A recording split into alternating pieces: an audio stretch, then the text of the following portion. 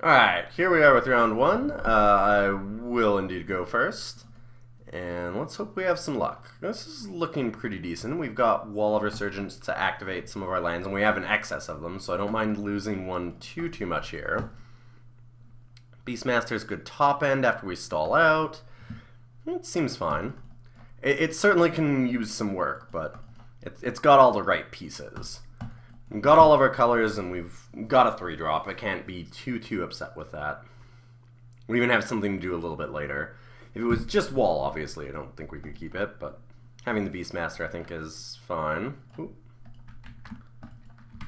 Accidentally tapping our planes there. Okay, so he plays a mountain. Hopefully he's not too aggressive, although the wall should probably stop a lot of that. I think we're going to play a Wastes here so we can activate that. Just because it's kind of the least important color that we have. We already have a holdout settlement anyways. We only really need it for one card. And I might need like double green for Green Warden. Double white I definitely need, so I don't want to be losing any planes here. So let's make our 3/3 and pass the turn. Entangler is not a card I'm too worried about. And the Dazzling Reflection was a pretty good draw because that means that I'm not as worried about losing the Wastes in, like, you know, a fight with Entangler here or something. We might even be able to get him to try and use a spell to pump it. Try and trade, and we can just Dazzling Reflection. That's the hope anyways. Stonewaker, alright. Ooh, Veteran War Leader is not bad. Let's get in with this Wastes here, leaving up our Dazzling Reflection. And then we can get our War Leader down.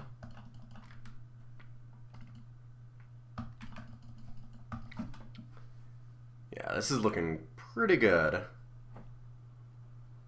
he decides to attack in, Veteran War Leader is not going to block, I don't think. I feel like that just needs to not happen. He's got prowess, and it just seems fairly likely if he does that I don't want to lose the War Leader when I'm about to play some more creatures soon. Especially since I have a lot of allies in the deck to give it, like, you know, first strike and stuff and protect it.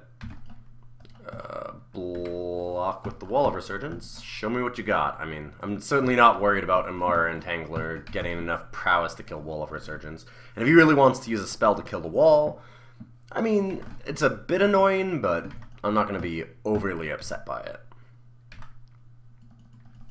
Okay, well, I have this Reflection, so I could just run these guys into the Ondu Champion here.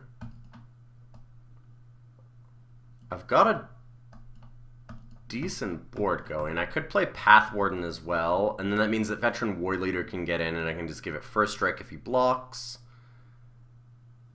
Yeah, actually, that seems pretty good. I mean, we have that Dazzling Reflection still, but I can leave it for another time. This seems pretty good. Let's make sure that I read this properly. Yeah, and this is an ally. Alright. Gotta make sure of all of the new cards. The allies are hard to suss out which ones are which sometimes. Alright, well, I like where we're at. Although our opponent does still have 5 cards in hand, so it can change very quickly.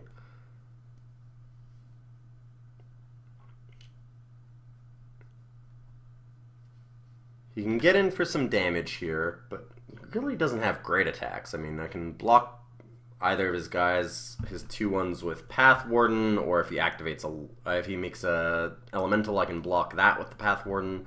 Wall of Resurgence can easily go in front of Ondu Champion. Again, if he really wants to use a pump spell to kill the wall, I'd rather he didn't, but at the same time, I'm not super worried about losing it either. Okay, so he definitely has some kind of pump spell here. I'm going to guess that he does. I don't think I want to block with Path Warden on the Elemental because of that. I will still throw the wall in front of Ondu Champion, though.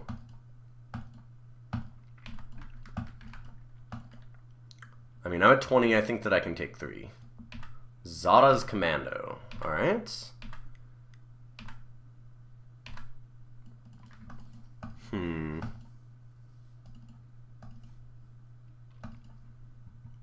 So I can swing with everything and hold up the Dazzling Reflection for whatever I need. Seems pretty good. We've got him on a really tight clock here, too. So let's just declare our attack. Path Warden having Vigilance for the Veteran War Leader here is really nice.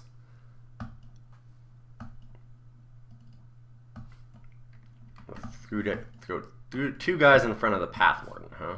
Well, that is unfortunately not going to work out so well for him.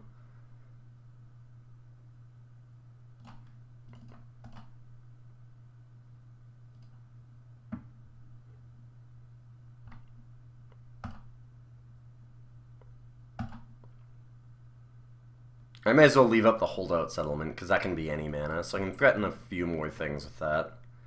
And the Scoop. Nice. Yeah, that was going to be pretty brutal. I mean, we were... Actually, wait a minute.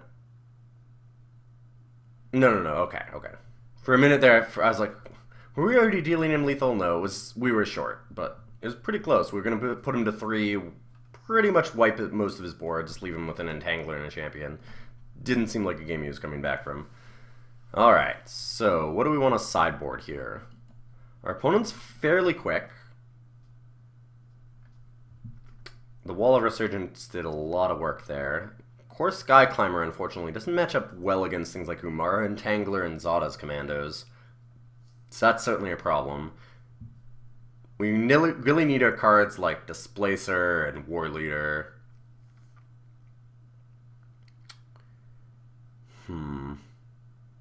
Great Horn's looking pretty good, actually. Having 3 toughness and First Strike is nice against a lot of his board. Scythemaster isn't better than any of the cards that I'm naming, though, that are kind of a problem. I think that I actually just leave it. I don't like that, but I don't have great sideboard options against him either. I really would love to have like more 2/3s or 3/3s, things like that, that can kind of block his little 2/1 bears that he's got, but I just don't have them available.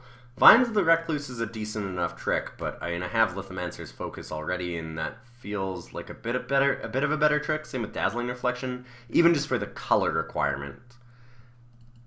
So yeah, I think that that's what we're gonna do. We're just gonna leave the deck the same and go to game 2. Alright. So he plays first. Ooh, we've got another good one here. Starting out with the War Leader, and we have removal. Yeah, definitely keeping this.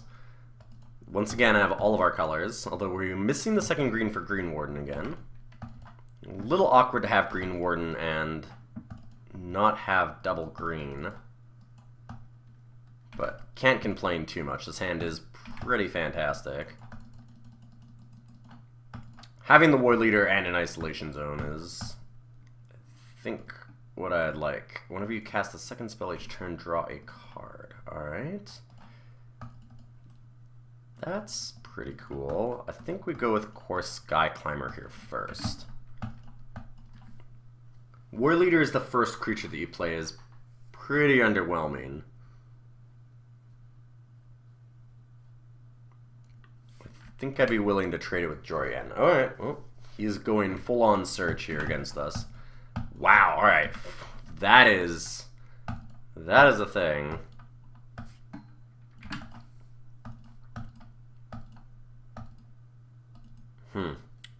So I can Stasis Snare, Isolation Zone, either Jorian or Freerunner.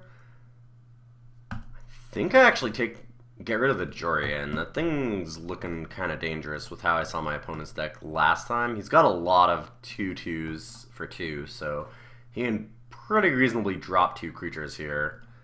I think I'm just going to stop that. Get rid of the Jorian. I can worry about the Freerunner next turn.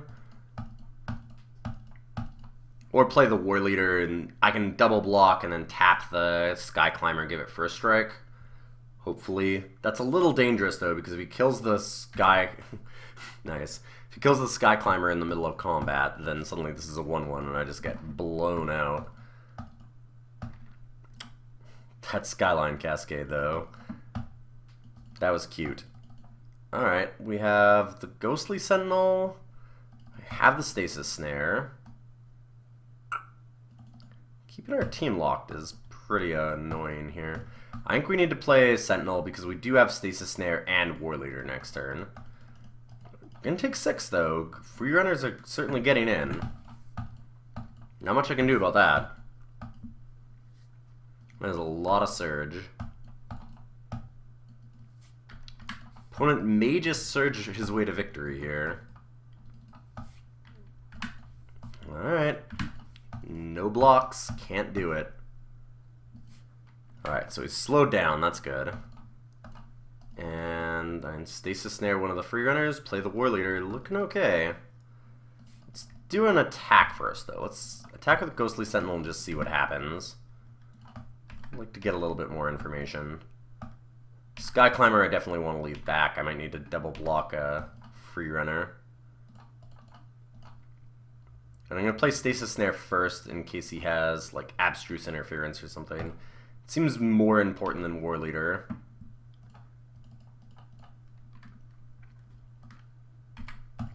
Alright.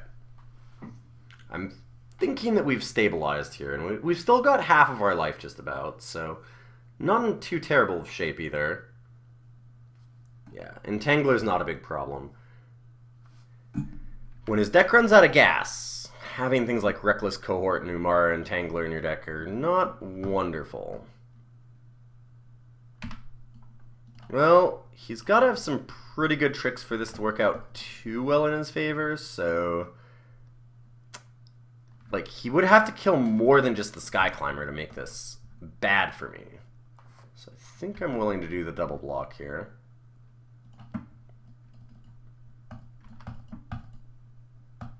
I'm going to activate and give our war leader first strike.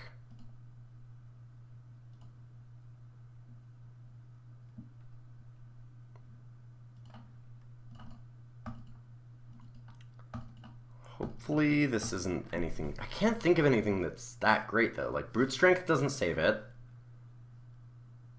He'd have to have, like, Brute Strength and a way to kill the Sky Climber. Oh, okay, he just made a mistake. So, a little bit of an awkward attack there from our opponent. Think that he didn't realize that we could just first strike the war leader and really not lose anything there.